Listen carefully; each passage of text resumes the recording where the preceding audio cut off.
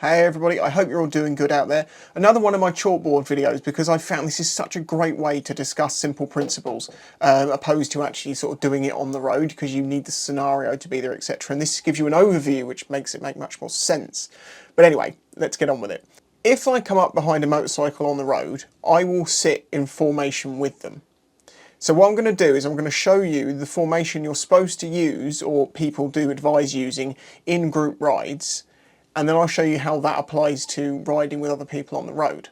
The idea of a group formation is this.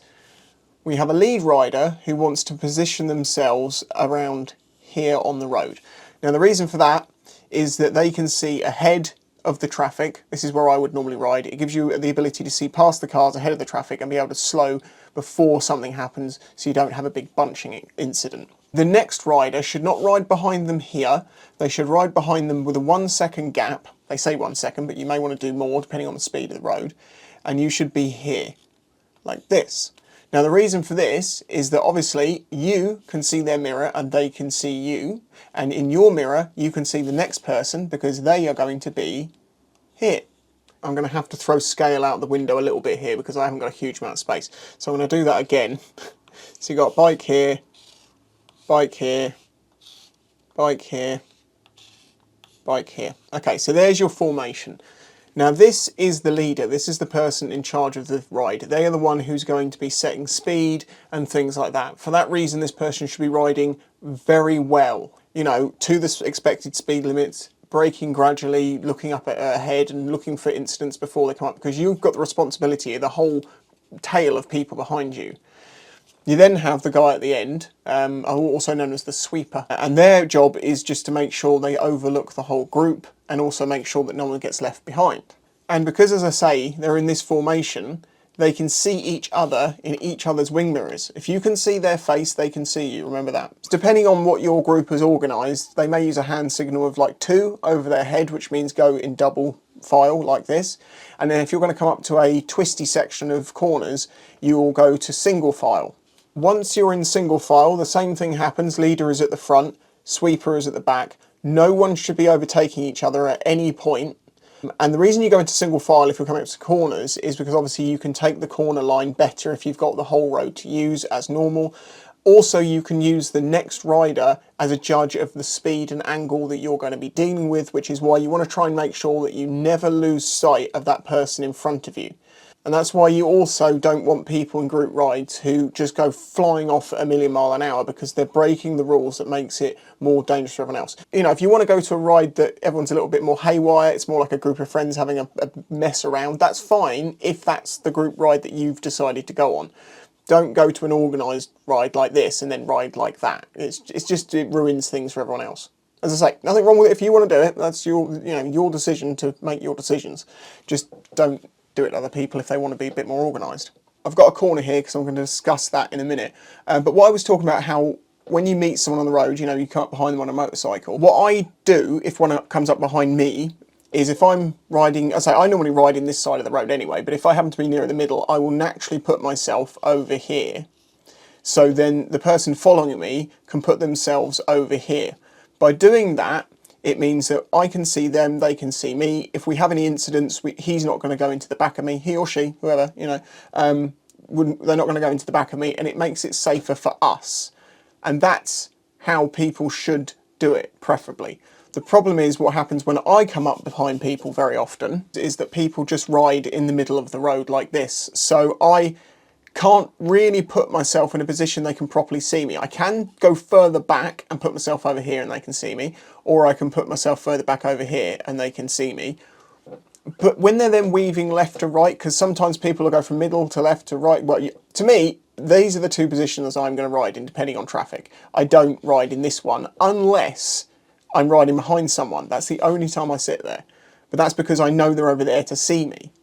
But as I say, if someone's weaving backwards and forwards, I never know where to go, so I find myself going, right, you're riding here, cool, I'll go here. And then they'll move to the middle all over this side, and I'm like, okay, you want that side now, so I'll go over here. And another reason you don't want to sit here is because if there is a car here in front of you and you're a little bit too close, or even if it's a long straight road, if you're sat here, they can see you. If you're sat round here, they can't see you.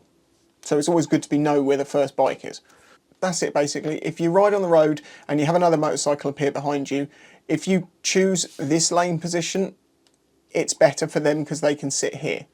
And vice versa, if you can't behind a bike that's sitting over here, sit here so they can see you.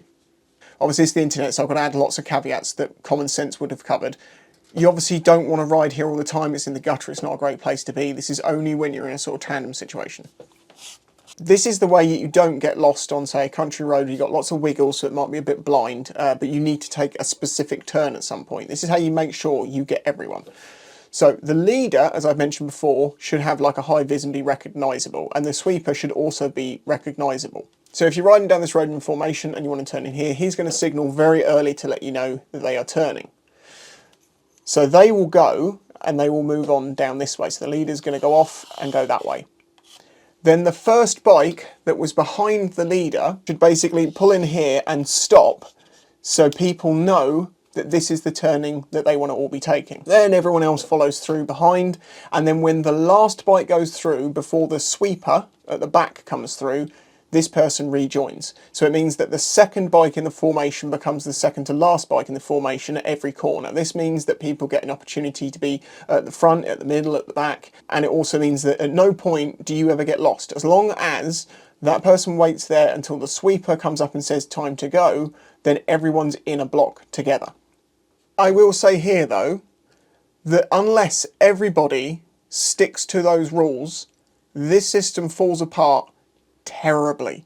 I mean, probably worse than people just trying to work it out for themselves sort of thing. I was once on a ride with BMW to London and we were doing this system and it fell apart 4 times maybe because someone decided they were just going to cane it off. The next person didn't know where they were. You had people filtering through traffic and stuff and other people who wouldn't do that, and it went from organised to disorganised super fast. In the end, it was a game of like, who's got the sat-nav? Right, that dude's got a sat-nav, follow him.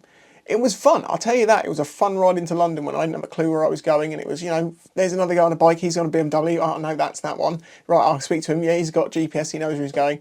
And then you get more people join on, and you're like, he's got GPS, follow the GPS guy, because some other person goes another way. If you do it this way, no one gets lost.